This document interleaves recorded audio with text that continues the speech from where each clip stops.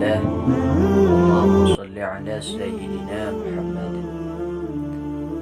Biografi Abu Bakar As-Siddiq. Nasab Abu Bakar.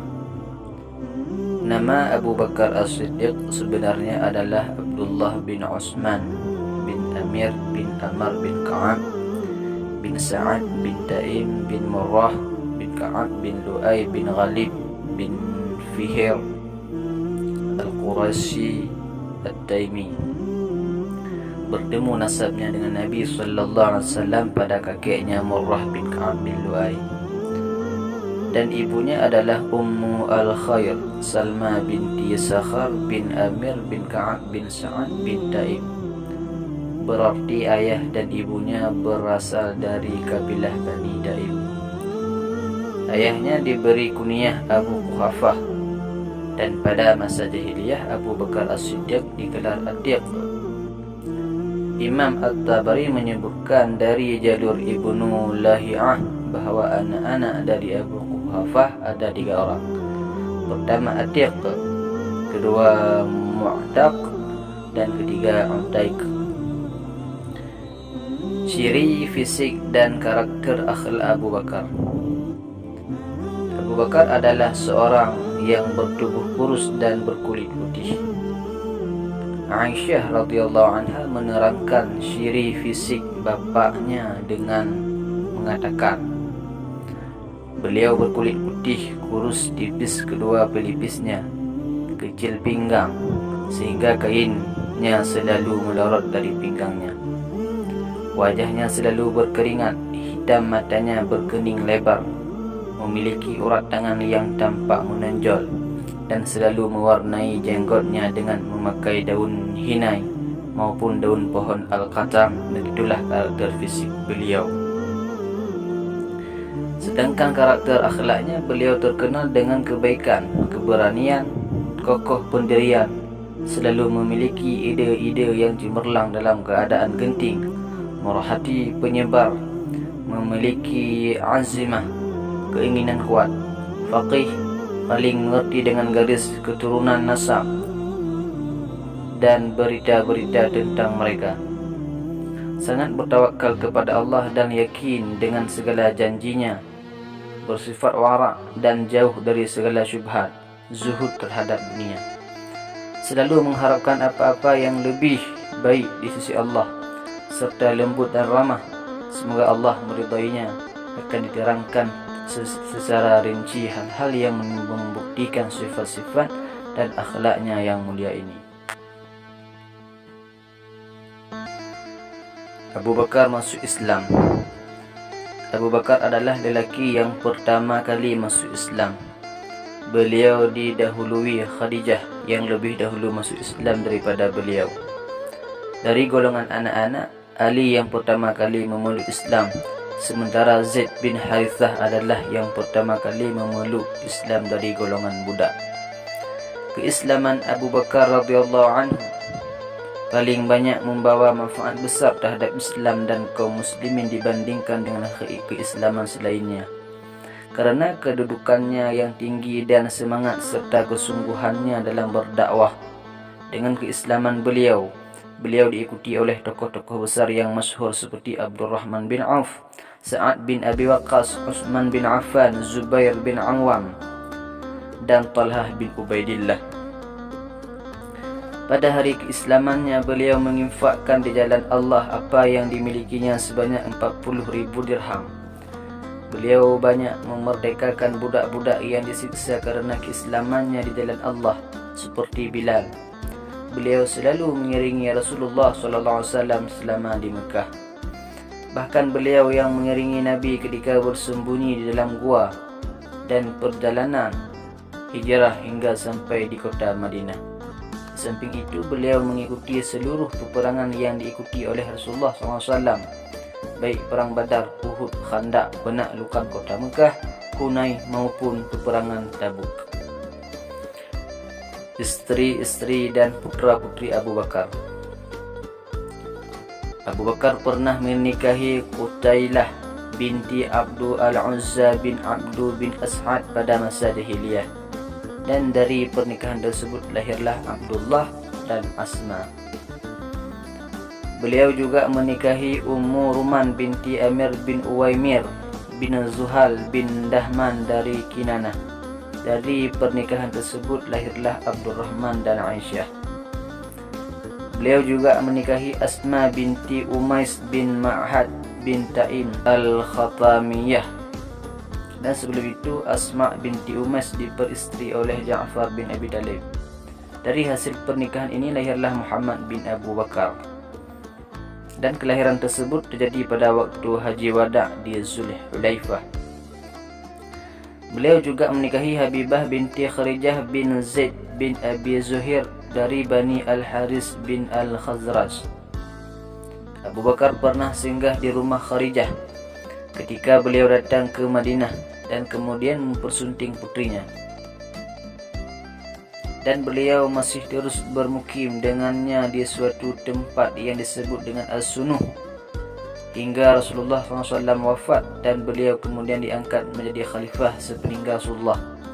Dari pernikahan tersebut lahirlah Ummu Kulsum setelah Rasulullah SAW wafat. Beberapa contoh keteladanan dan keutamaan Abu Bakar. Keutamaan Abu Bakar As-Siddiq radhiyallahu anhu sangat banyak sekali dan telah dimuat dalam kitab-kitab sunnah, kitab tarajim, biografi para tokoh maupun kitab-kitab sejarah. Namun saya akan berusaha meringkas sesuai dengan yang telah disebutkan Al-Hafidh Imam Al-Bukhari dalam sahihnya yang termuat dalam kitab Fadail Sahabat.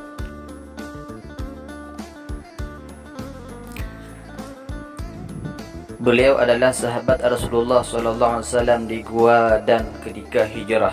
Allah berfirman, "Illa tansuruhu faqad nasarahu Allahu idh akhrajahu alladhina kafaru thaniyatay alladhina kafaru thaniyasnaini idh huma fil ghari idh yaqulu li sahibihi la tahzan innallaha ma'ana." Jikalau kamu tidak menolongnya Muhammad, maka sesungguhnya Allah telah menolongnya, yaitu ketika orang-orang kafir musyrikin Mekah mengeluarkannya dari Mekah, sedang ia salah seorang dari dua orang ketika keduanya berada dalam gua. Di waktu dia berkata kepada temannya, "Janganlah berduka cita, sesungguhnya Allah bersama kita." Surah At-Taubah ayat 40. Aisyah, Abu Sa'id dan Ibnu Abbas dalam menafsirkan ayat ini mengatakan, Abu Bakarlah yang menyertai Nabi SAW dalam gua tersebut. Diriwayatkan dari Al-Bara' bin Azib, beliau berkata, suatu ketika Abu Bakar pernah membeli seekor tunggangan dari Azib dengan harga 10 dirham. Maka Abu Bakar berkata kepada Azib, "Suruhlah anakmu si Bara' agar mengantarkan hewan tersebut." Maka Azib berkata, "Tidak, hingga anda menceritakan kepada kami terlebih dahulu bagaimana kisah perjalanan anda bersama Rasulullah SAW ketika keluar dari Mekah, sementara orang-orang musyrikin sibuk mencari kalian." Abu Bakar berkata, "Kami berangkat dari Mekah, berjalan sepanjang malam dan siang hingga datang waktu zuhur. Maka aku mencari-cari tempat bernaung agar kami dapat istirahat di bawahnya. Ternyata aku melihat ada batu besar, maka segera aku datangi dan terlihat di situ ada naungannya. Maka aku bentangkan alas untuk Nabi. Kemudian aku katakan pada beliau, 'Istirahatlah wahai Nabi Allah.' Maka beliau pun beristirahat. Sementara aku memantau daerah sekitarku, apakah ada orang yang mencari kami, datang mengintai. Tiba-tiba aku melihat ada seorang pengembala kambing sedang menggiring kambingnya ke arah teduhan di bawah batu tersebut, ingin berteduh seperti kami. Maka aku bertanya padanya, 'Siapa tuanmu wahai budak?' Dia menjawab, 'Budak milik si fulan, seorang dari suku Quraisy.' Dia menyebut nama tuannya dan aku mengenalnya. Kemudian kutanyakan, 'Apakah kambingmu memiliki susu?' Dia menjawab, 'Iya.' Lantas kukatakan, 'Maukah engkau memerasnya untuk kami?' Dia menjawab, 'Iya.' Maka dia mengambil salah satu dari kambing-kambing tersebut. Setelah itu kuperintahkan dia agar membersihkan susu kambing tersebut terlebih dahulu dari kotoran dan debu. Kemudian kuperintahkan agar membersihkan telapak tangannya dari debu. Maka dia menepukkan kedua telapak tangannya dan dia mulai memerah susu. Sementara aku telah mempersiapkan wadah yang di mulutnya dibalut kain menampung susu tersebut. Maka segera aku tuangkan susu yang telah diperas itu ke dalam tempat tersebut dan kutunggu hingga bawahnya dingin. Lalu ku bawakan ke hadapan Nabi SAW dan ternyata beliau sudah bangun. Segera aku katakan padanya, minumlah wahai Rasulullah. Maka beliau mulai minum hingga aku lega karena melihat beliau telah kenyang. Setelah itu ku katakan pada beliau, bukankah kita akan segera berjalan kembali ya Rasulullah? Beliau menjawab, tentu. Kami melanjutkan perjalanan, sementara orang-orang musyrik terus-menerus mencari kami. Tidak satu pun yang dapat menyusul kami kecuali Suraqah bin Malik bin Ju'shum yang mengendarai kudanya. Maka kukatakan pada Rasulullah, orang ini telah berhasil mengejar kita wahai Rasulullah. Namun beliau menjawab, la tahzan innallaha ma'ana. Jangan bersedih, sesungguhnya Allah beserta kita. Dan dari Anas, dari Abu Bakar radhiyallahu anhu, beliau berkata, kukatakan kepada Nabi ketika kami berada di dalam gua, andai saja seseorang di antara mereka melihat ke bawah kaki mereka, pastilah mereka akan melihat kita. Maka Rasul menjawab, ma dhannuka ya Abu Bakrin bi asnaini Allahu salisuhuma. Bagaimana pendapatmu wahai Abu Bakar dengan dua orang manusia sementara Allah menjadi yang ketiga di antara mereka berdua?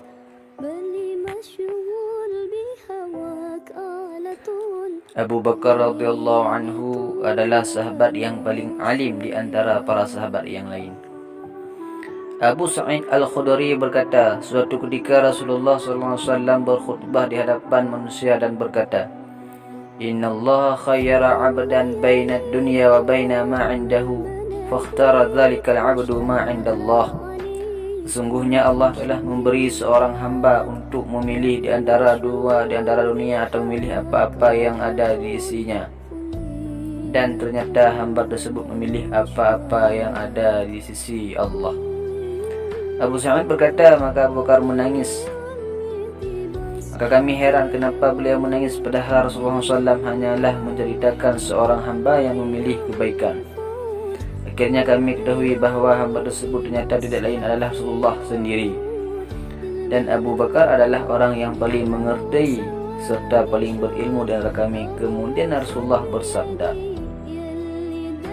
Inna min amannin nasi alayya fi suhbatihi wa malihi Abu Bakrin.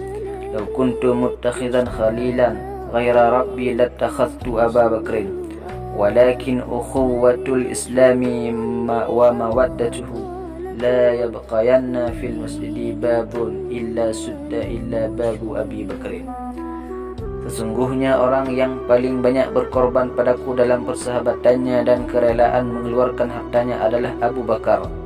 Andai saja aku diperbolehkan mengangkat seseorang menjadi kekasih dekatku selain Arabku, pastilah aku akan memilih Abu Bakar. Namun cukuplah persaudaraan se-Islam dan kecintaan karenanya. Janganlah ditinggalkan pintu di masjid melainkan dalam keadaan tertutup kecuali pintu Abu Bakar saja. Diriwayatkan dari Aisyah radhiyallahu anha, istri Rasulullah. Beliau berkata ketika Rasulullah wafat, Abu Bakar sedang berada di As-Sunuh Ismail.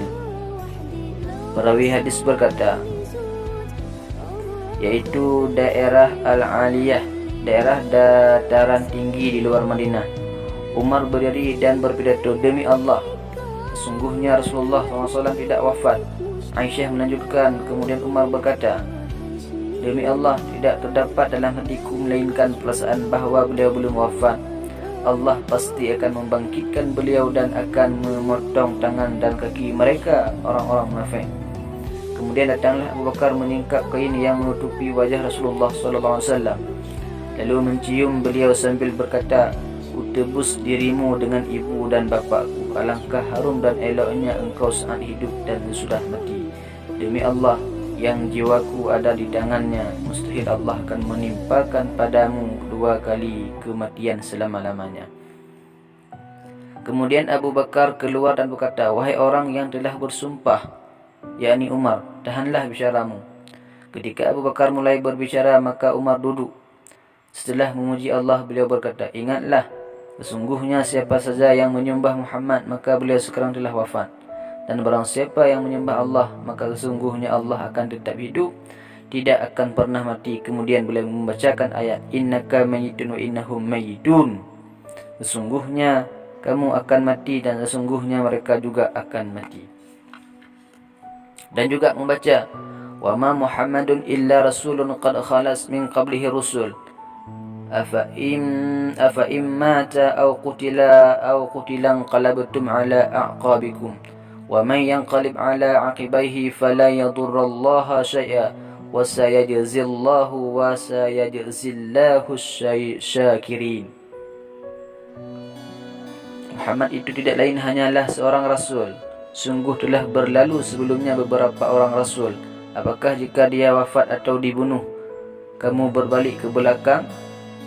Barang siapa yang berbalik ke belakang, maka ia tidak dapat mendatangkan mudarat kepada Allah sedikit pun, dan Allah akan memberi balasan kepada orang-orang yang bersyukur. Ismail yang meriwayatkan kisah ini berkata, maka orang-orang mulai menangis terisak-isak. Kemudian kaum Ansar segera berkumpul kepada Sa'ad bin Ubadah di Saqifah Bani Sa'idah. Mereka berpendapat, dari kami seorang amir pemimpin, dan dari kalian Muhajirin juga seorang amir. Maka segera Abu Bakar, Umar bin Al-Khattab dan Abu Ubaidah bin Al-Jarrah berangkat mendatangi majlis mereka.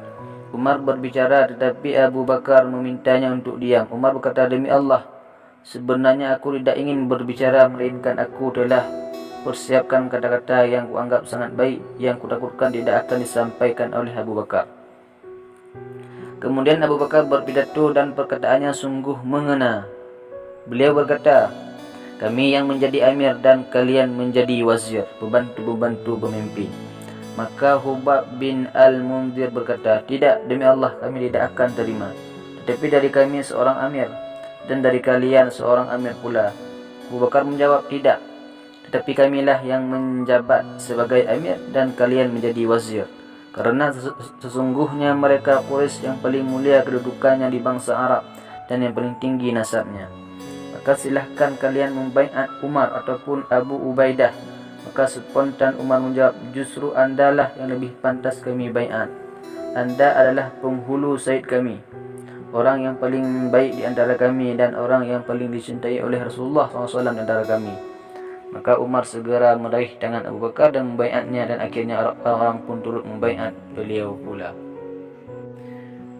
Diriwayatkan dari Aisyah radhiyallahu anha, beliau berkata, pandangan Nabi menengadah ke atas dan berkata, tetapi yang kupilih adalah Ar-Rafiq Al-A'la, kekasih Allah yang maha tinggi. 3 kali. Aisyah melanjutkan, tidaklah perkataan mereka berdua Abu Bakar dan Umar kecuali Allah jadikan bermanfaat untuk manusia. Profil Umar yang tegas berhasil membuat orang munafik yang menyusup di antara kaum muslimin sangat takut padanya, dan dengan kepribadian Umar Allah menolak kemunafikan. Adapun Abu Bakar, beliau berhasil menggiring manusia hingga mendapatkan petunjuk kepada kebenaran dan mengetahui kewajiban mereka. Abu Bakar berhasil mengeluarkan umat dari bencana perpecahan setelah Rasulullah SAW wafat, setelah membacakan ayat, Muhammad itu tidak lain hanyalah seorang rasul. Sungguh telah berlalu sebelumnya beberapa orang rasul. Apakah jika dia wafat atau dibunuh, kamu berbalik ke belakang, artinya murtad? Barang siapa yang berbalik ke belakang, maka ia tidak dapat mendatangkan mudarat kepada Allah sedikit pun, dan Allah akan memberi balasan kepada orang-orang yang bersyukur. Abu Bakar radhiyallahu anhu adalah sahabat yang paling utama. Diriwayatkan dari Ibnu Umar radhiyallahu anhu, beliau berkata, kami biasa berbincang menyatakan siapa yang paling utama di antara para sahabat di masa Rasulullah SAW. Maka kami sepakat memilih Abu Bakar yang paling utama, kemudian Umar, selanjutnya Utsman bin Affan. Diriwayatkan dari Muhammad bin Al-Hanafiyah, beliau berkata, aku tanyakan pada ayahku Ali bin Abi Talib, siapa yang paling baik setelah Rasulullah SAW? Maka beliau menjawab, Abu Bakar. Kemudian bertanya lagi, siapa setelahnya? Beliau menjawab, Umar. dan aku takut jika beliau menyebut Utsman sesudahnya, maka setelah itu pasti anda. Namun beliau menjawab, aku hanyalah salah seorang dari kaum muslimin. Kedudukan Abu Bakar radhiyallahu anhu di sisi Rasulullah. Diriwayatkan dari Ibnu Abbas radhiyallahu anhu dari Rasulullah sallallahu alaihi wasallam, beliau bersabda, "Lau kuntu muttakhizan khalilan lattakhadtu Aba Bakrin walakin akhi wa sahibi." Andai saja aku diperbolehkan mengambil khalil, kekasih dekat selain Allah, pasti aku akan memilih Abu Bakar sebagai khalil, namun dia adalah saudaraku dan sahabatku. Diriwayatkan dari Abdullah bin Abi Mulaikah, ia berkata, penduduk Kufah pernah bertanya kepada Abdullah bin Az-Zubair perihal bagian warisan yang akan diperoleh seorang kakek. Maka dia berkata, ikutilah pendapat Abu Bakar. Bukankah Rasulullah pernah menyebutkan perihal dirinya, andai saja aku dibolehkan mengambil khalil selain Allah, pasti aku akan memilihnya. Abu Bakar mengatakan, samakan pembagian kakek dengan bagian bapa jika bapa tidak ada. Diriwayatkan dari Ibnu Abbas dari Nabi sallallahu alaihi wasallam, saddul abwaba illa baba Abi Bakrin. Tutuplah seluruh pintu-pintu yang di samping masjid kecuali pintu Abu Bakar. Dari Muhammad bin Jubair bin Mut'im, dari bapaknya dia berkata, seorang wanita pernah mendatangi Nabi sallallahu alaihi wasallam. Kemudian beliau menyuruhnya kembali datang menghadapnya di lain waktu. Maka wanita itu bertanya, bagaimana jika kelak aku datang namun tidak lagi menjumpai anda? Seolah-olah ia mengisyaratkan setelah Rasul wafat. Maka Rasulullah bersabda, In lam tajidini fa'ti Abu Bakrin. Jika engkau tidak mendapatkanku, maka datangilah Abu Bakar. Diriwayatkan dari Abu Darda, aku sedang duduk bersama Nabi. Tiba-tiba muncullah Abu Bakar sambil menjinjing ujung pakaiannya hingga terlihat lututnya. Maka Nabi berkata, sesungguhnya teman kalian ini sedang kesal, maka berilah salam kepadanya. Maka Abu Bakar berkata, wahai Rasulullah, antara aku dan Ibnu Al-Khattab terjadi perselisihan. Maka aku segera mendatanginya untuk meminta maaf. Kumohon padanya agar memaafkan aku, namun dia enggan menerima permohonanku. Karena itu aku datang menghadapmu sekarang. Rasulullah SAW menjawab, semoga Allah mengampunimu, wahai Abu Bakar. Beliau ulang 3 kali. Tak lama setelah itu Umar menyesal atas perbuatannya dan mendatangi rumah Abu Bakar sambil bertanya, apakah di dalam ada Abu Bakar? Namun keluarganya menjawab tidak. Umar segera mendatangi Rasulullah, sementara wajah Rasulullah terlihat memerah karena marah, hingga Abu Bakar merasa kasihan terhadap Umar dan memohon sambil duduk di atas kedua lututnya, wahai Rasulullah, demi Allah, sebenarnya akulah yang bersalah 2 kali. Maka Rasulullah bersabda, sesungguhnya aku diutus Allah kepada kalian, namun kalian mengatakan engkau dusta. Sementara Abu Bakar berkata, dia benar. Setelah itu dia berlaku dengan seluruh jiwa dan hartanya. Apakah kalian mau membiarkan sahabatku ini untukku? Setelah itu Abu Bakar tidak pernah lagi disakiti.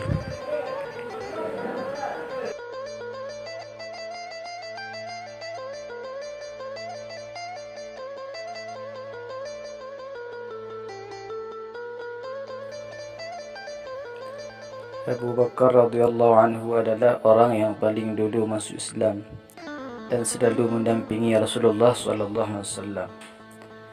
Diriwayatkan dari Wabarah bin Abdurrahman dari Hammam, dia berkata, aku mendengar Ammar berkata, aku pernah melihat Rasulullah SAW di Mekah. Pada waktu itu tidak ada yang mengikuti beliau kecuali 5 orang budak, 2 wanita dan Abu Bakar.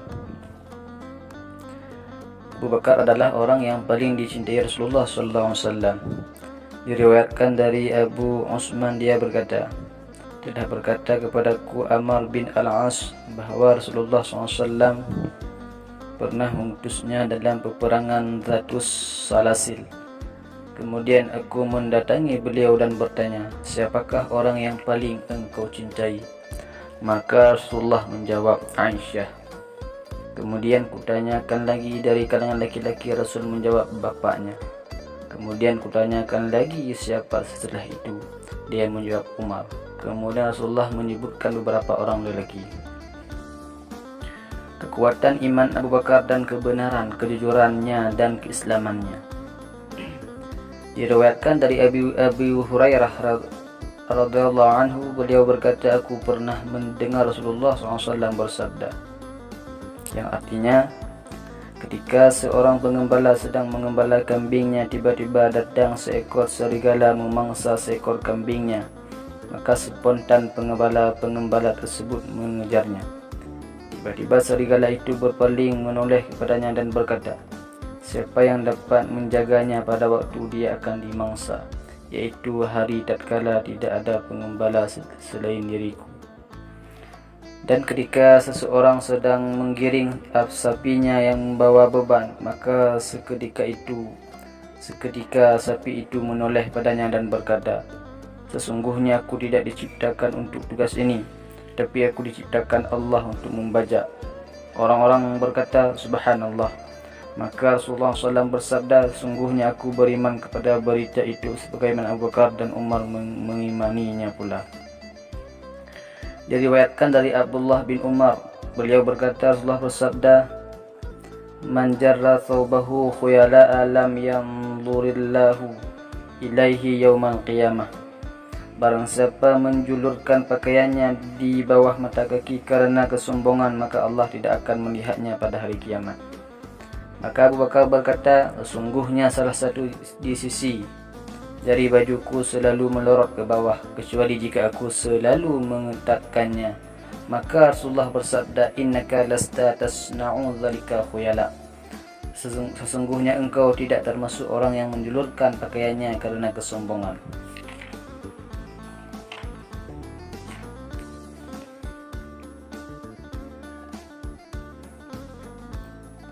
Abu Bakar adalah seorang yang memiliki kemauan yang tinggi. Diriwayatkan dari Abu Hurairah radhiyallahu anhu, beliau berkata, aku mendengar Rasulullah SAW bersabda, barang siapa menginfakkan sepasang dari satu jenis yang dimilikinya di jalan Allah, niscaya dia akan diseru dari pintu-pintu yaitu surga. Wahai hamba Allah, inilah kebaikan. Barang siapa yang termasuk ahli salat, maka akan dipanggil hari pintu salat. Barang siapa termasuk golongan yang suka berjihad, maka akan dipanggil dari pintu jihad. Dan barang siapa yang suka bersedekah, maka akan dipanggil dari pintu sedekah. Barang siapa yang suka berpuasa, maka akan dipanggil dari pintu puasa dan dari pintu ar-rayyan. Maka Abu Bakar berkata, tidaklah penting bagi yang dipanggil itu untuk dipanggil dari pintu-pintu lainnya. Dan beliau bertanya, apakah ada orang yang dipanggil dari semua pintu, wahai Rasulullah? Rasulullah menjawab, ya, dan aku berharap agar engkau, wahai Abu Bakar, termasuk salah seorang dari mereka. Keberkahan Abu Bakar As-Siddiq dan keluarganya.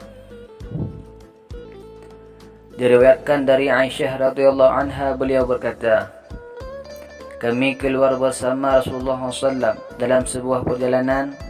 Ketika kami sampai di suatu tempat yang bernama Al-Baida atau di Zatul Jaisi, terputuslah kalung yang kupakai.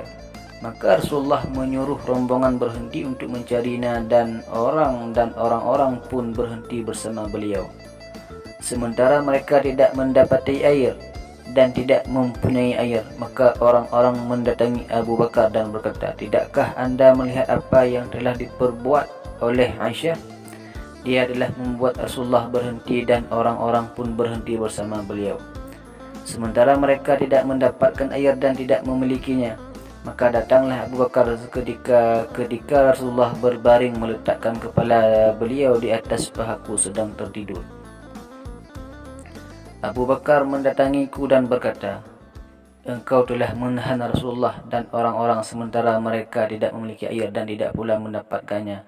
Aisyah berkata, Maka ayahku mencelaku habis-habisan sambil menusuk-nusuk pinggangku dengan tangannya.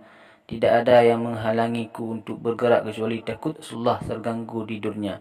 Sementara Rasulullah masih tetap tidur hingga pagi datang dan mereka tidak memiliki air, maka saat itulah Allah menurunkan ayat mengenai tayammum. Fatayammamu sa'idan thayyiba, maka bertayamumlah kamu dengan tanah yang baik. Usaid bin Hudair berkata, ini bukanlah yang pertama dari keberkahan kalian, wahai keluarga Abu Bakar. Maka Aisyah berkata, kemudian kami membangkitkan kenderaan tungganganku dan ternyata kalung tersebut berada di bawahnya. Berita gembira bagi Abu Bakar sebagai penghuni surga. Diriwayatkan dari Sa'id bin Musayyab, dia berkata, telah berkata kepadaku Abu Musa al-Asy'ari bahawa suatu hari dia berwudu di rumahnya, kemudian berangkat keluar dan berkata, aku harus menyertai Rasulullah hari ini. Beliau berangkat ke masjid dan bertanya di mana Nabi. Maka dijawab bahawa beliau keluar untuk suatu hajat. Maka aku segera pergi berusaha menyusul beliau sambil bertanya-tanya hingga akhirnya beliau masuk ke kebun yang di dalamnya terdapat sebuah sumur bernama Aris. Maka aku duduk di pintu dan ketika itu pintunya terbuat dari pelepah kurma hingga beliau menyelesaikan buang hajat dan setelah itu berwudu. Maka aku pun berdiri berjalan ke arah beliau dan ternyata beliau sedang duduk-duduk di atas sumur tersebut sambil menyingkap kedua betisnya dan menjulur-julurkan kakinya ke dalam sumur. Aku datang memberi salam kepada beliau, kemudian kembali ke pintu sambil berkata dalam hatiku, hari ini aku harus menjadi penjaga pintu Rasulullah SAW. Tak lama kemudian datanglah Abu Bakar ingin membuka pintu. Maka aku tanyakan, siapa itu? Dia menjawab, Abu Bakar. Maka aku katakan padanya, tunggu sebentar. Aku segera datang kepada Rasulullah dan menyampaikan, wahai Rasulullah, ada Abu Bakar datang dan minta izin masuk. Rasulullah berkata, suruhlah dia masuk dan beritahukan padanya bahawa dia adalah penghuni surga. Maka aku berangkat menujunya dan berkata, masuklah. Sesungguhnya Rasulullah memberitakan padamu kabar gembira bahawa engkau adalah penghuni surga. Abu Bakar masuk dan duduk di sebelah kanan Rasulullah sambil menjulurkan kakinya ke sumur sebagaimana yang dilakukan oleh Rasulullah, dan dia menyingkap kedua betisnya dan seterusnya hadis tersebut. Diriwayatkan dari Qatadah dari Anas bin Malik, beliau pernah bercerita bahawa Nabi pernah menaiki gunung Uhud bersama Abu Bakar, Umar dan Utsman. Maka tiba-tiba gunung Uhud bergoncang dan Rasulullah langsung berkata, Usbut Uhud fa innama alaika nabiyyun wa siddiqun wa syahidani. Diamlah, tenanglah wahai Uhud. Sesungguhnya di atasmu ada seorang nabi, seorang siddiq dan dua orang yang akan mati syahid. Sepak terjang Abu Bakar dalam membela Rasulullah sallallahu alaihi wasallam. Diriwayatkan dari Urwah bin Az-Zubair, dia berkata, aku pernah bertanya kepada Abdullah bin Amr tentang perbuatan kemusyrikin yang paling menyakitkan Rasulullah SAW. Maka dia berkata, aku pernah melihat Utsbah bin Abi Mu'adz mendatangi Nabi yang sedang salat. Maka tiba-tiba Uqbah melilit leher Nabi dengan sorban miliknya dan mencekiknya sekeras-kerasnya. Kemudian datanglah Abu Bakar membelanya dan melepaskan ikatan tersebut sambil berkata, yang artinya, apakah kamu akan membunuh seorang laki-laki karena ia menyatakan Rabbku ialah Allah, padahal dia telah datang kepadamu dengan membawa keterangan dari Rabbmu.